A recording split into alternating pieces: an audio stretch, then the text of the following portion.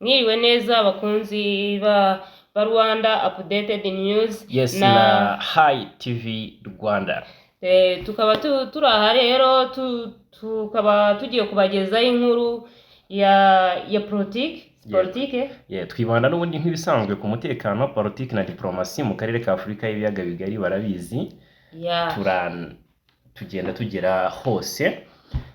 Gusa uyu munsi byo nakamaramaza. Tukaba tugiye kubagezaho inkuru y'ibihugu byombi muzi bimaze iminsi biri mu bintu byo bisa nk'ihangana ariko gashoza ntambara ntazwi se. Arazwi ariko tunga gatoki tidoredo uti ni Tshisekedi cyangwa se ni Kagame. Reka tubiganireho tuhana ibitekerezo nk'abantu. Bamwe mushyire muri komenti, bandike muri komenti bagira icyo babivugaho nkuko natwe tugiye kugira icyo tubivugaho. Ni hagati y'ibihugu byombi u Rwanda na Kongo, ubwo perezida wa Kongo birasa nko yakoze mu jisho igihugu cy'u Rwanda. Yego, mbere yuko ubundi Tshisekedi reka mbabwire rero abantu bacu. Tshisekedi yagiye ku butegetsi ni 2019. Kuko Joseph Kabila yabaye perezida w'igihugu cya Kongo kuva mu mwaka 2001 kugeza mu mwaka wa 2018. Urumva? Noneho asimburwa na Tshisekedi. Nibwo bwa mbere hari hagiyeho perezida muri Repubulika Demokarasi ya Kongo akajyaho ku mahoro. Ubundi byabaga birenze hazagamo intambara kuko Perezida Laurent Desire Kabila, ise wa Joseph Kabila, ex-president of Republic of Democratic of Congo, kugira ngo agira atya ajye ku butegetsi. Abantu barabizi intambara yabaye. Ako kuki Kongo ihoramo intambara? Wenda si byo nshaka ko tujya mu mateka. Ariko Tshisekedi ajya ku butegetsi abantu benshi bari bazi ko u Rwanda na Kongo biza kubana neza. Hari na gahunda ngewe nzi y'ubuhahirane, uburyo bwo kwambuka imipaka abaturage bagakorera ubuhahirane hagati y'ibihugu. Yego, abaturage bakajya muri Kongo bajyaje made in Rwanda gucuruzayo, abanyakongo nabo bakazana ibicuruzwa byabo mu Rwanda, ibyo kurya. None icyo gihe iyo gahunda yari iriho, ndabyibuka Minisiteri y'Ubucuruzi n'Inganda yari natangiye no gukora ubukangurambaga. Icyo gihe ndumwe ndarika hari abantu bacu batari babizi ibi bintu. Ko ngende umwe mu bantu bagize gutya nagize igihe cyo kuba ndi umwanditsi w'ibihangano. Hari indirimbo nari nanditse ndetse zanakunzwe zaba chosen ko zikoreshwa n'abahanzi bakomeye barimo ba King James. Zari indirimbo zo kwamamaza. Ademen ntabwo yari arimo. Ahanga twagiye mu ndirimbo z'urukundo. Ndi kuvuga noneho iyo ndirimbo nyine ya Minicom. Noneho iyo ndirimbo yamamazaga ubuhahirane hagati y'ibihugu byombi, nyine urumva ni neza kubana neza mu mahoro.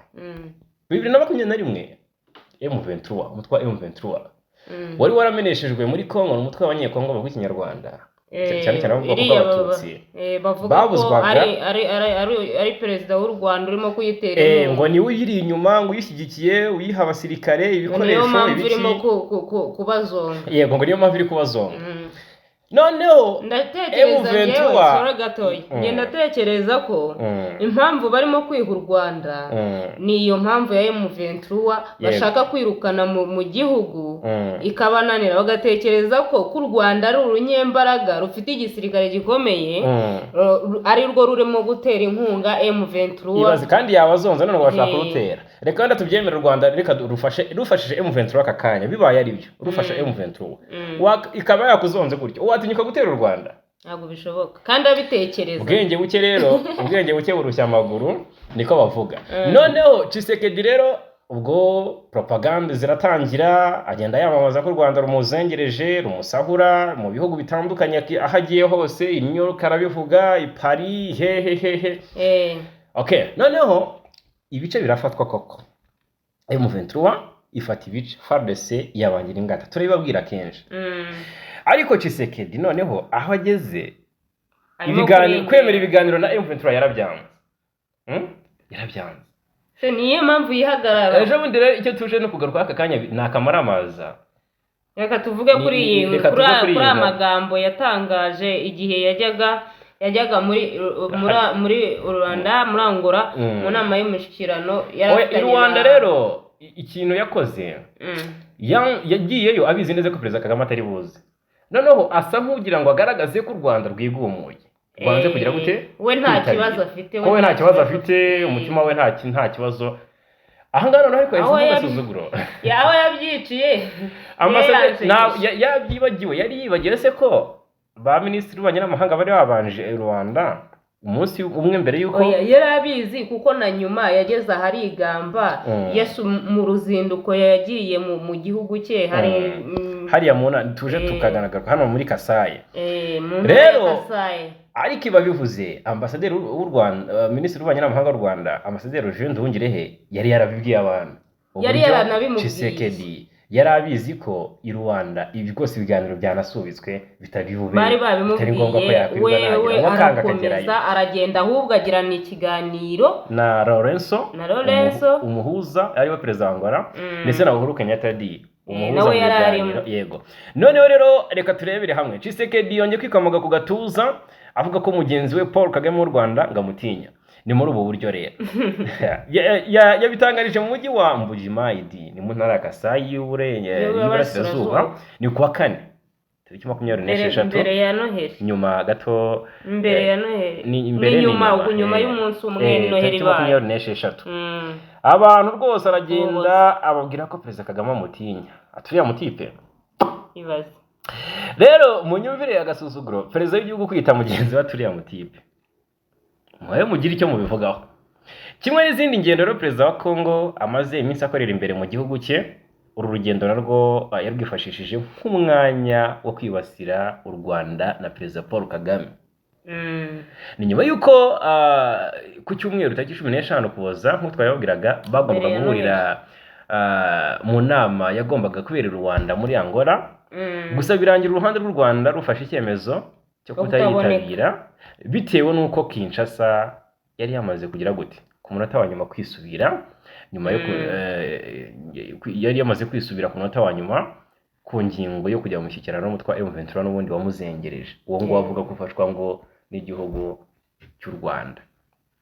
Urumva nibwo perezida Paul Kagame rero icyo gihe i Rwanda, icyo gihe nyine perezida Kagame ntabwo yagiye deja ko yari yamaze kumenya ko Kongo ibyo yasabwaga ntabwo yagize igira ite ivyemera, kuko inama y'abaminisitiri yari yabanje kuba raporo yari yatanzwe. Urumva no perezida Kagame agira atya ntiyajyayo, Tshisekedi we agira atya yoza akarenge anyarukirayo, anaganira cyangwa se agirana ibiganiro na perezida Joao Lourenço, ubundi bamwita Joao Emmanuel Goncalves Lourenço, perezida wa Angola. Yego, ubundi abangaba bakoresha igipolitike, bakoresha na Portugal. Yego, ni igipolitike, ahubwo se Angola igira ururimi rwayo rwihariye buriya koresha n'igifaransa. Yego, gusa birangira uruhande rw'u Rwanda rufashe icyemezo cyo kutayitabira bitewe nuko Kinshasa yari yamaze kwisubira ku munota wa nyuma. Hanyuma rero perezida Lorenzo Kenyatta ndetse na uyu Kenyatta, Uhuru Kenyatta wahoze ari perezida wa Kenya, waje gusimburwa na William Ruto. Uyu nguyu ni umuhuza mu biganiro. Yego, ahuza noneho ya mitwe yitwaje intwaro na M23 irimo ndetse na guverinoma ya Kongo. Ariko Kongo iyo bagiye kuganira na Kenyatta hagenda indi mitwe M23 FDLR biganira FDLR n'uri shyigikiye ziri mu buryamo bushyushye kubera yo. Noneho minisitiri w'ububanyi n'amahanga ndetse n'ubutwererane ambasaderi Jean Nduhungirehe mu minsi ishize yasobanuye ko mbere yuko Tshisekedi ahitamo kugira Rwanda ubumwe yari yabanje kumenyeshwa ko inama na perezida Kagame itakibaye, gusa ahitamo kwinangira ajyayo mu rwego rwo gukomeza gushaka urwitwazo. Egaze wumva ukuntu Tshisekedi nyuma yaje kwigamba mu ruzinduko yakoze ku wa 4. Yego, mbere yuko inama ya perezida Kagame isubikwa. Tshisekedi perezida wa Kongo ku wa 4 yavuze ko mbere yuko inama ya perezida Kagame isubikwa yari abizi neza ko mugenzi we w'u Rwanda atazayitabira. Ngo yari abizi. Anga ni ambasaderi urebye Nduhungirehe wabisobanuye. None hari tashyiraho ngo kubera ko atatinyuka kurebana nanjye mu maso uko ngo aramutinya. Ni igitinyiro, ni igisore batinya. Perezida Kagame ngatinya ngo perezida wa Kongo. Yagize ati rero ubwo najyaga i Rwanda nari mbizi kuriya mutipe perezida Kagame akantu babayeho kababwira di nkababwireho ko umukobwa yavuze ngo uriya mutipe nkababwireho yagize ati perezida wa Kongo yagize ati ubwo najyaga i Rwanda nari mbizi ko uriya mutipe perezida Kagame atari buze atakunze kugira gute akunze kumpunga araninya ntabwo ashobora kurebana nanjye mu maso iyo duhuje amaso mureba mu maso arareba hirya ati rwose iyo mureba mu maso ati mureba mu maso hanyuma we akareba ahandi ntashobora guhuza n'amaso agafite isura ikanganye ase we wareba utarengera kabyara mushaka imbujamayi bavugiye Imana yamuremye inaniwe imbujamayi tubwire Imana yamuremye inaniwe Tshisekedi yari isabato yifatiyeho ku munsi wa mbere urumva isura Imbujimayi kandi perezida wa Kongo yigambye ko ingabo z'igihugu cye zikomeje gukubita hababaza umwanzi bahanganye mu ntambara ni mu gihe kandi kugeza kwa kane ubwo yavugaga ko donc avuga aya magambo FARDC n'abarimo FDLR bayifasha ku rugamba nta gace na kamwe bari bashoboye kwambura M23 nyuma yo kwigabaho ibitero bikomeye birimo n'indege z'intambara i Lubero hari imirwano nk'abantu icyitwa imirwano turaza kubifatira umunsi n'umwanya wabyo tuyitotore reka tubabwireho gake iyi mirwano mu burasirazuba bwa Repubulika ya Demokarasi ya Kongo mu bice bya Alimbongo mu bice bya Musienene mu bice bya Mambasa mu bice bya Kirumba Kamandigita yafashwe hari imirwano ikomeye iteye ubwoba abantu bacu bagumyane natwe bakande subscribe cyangwa s'abonner biterwa n'ururimi wumva s'abonner ni Igifaransa di ese burya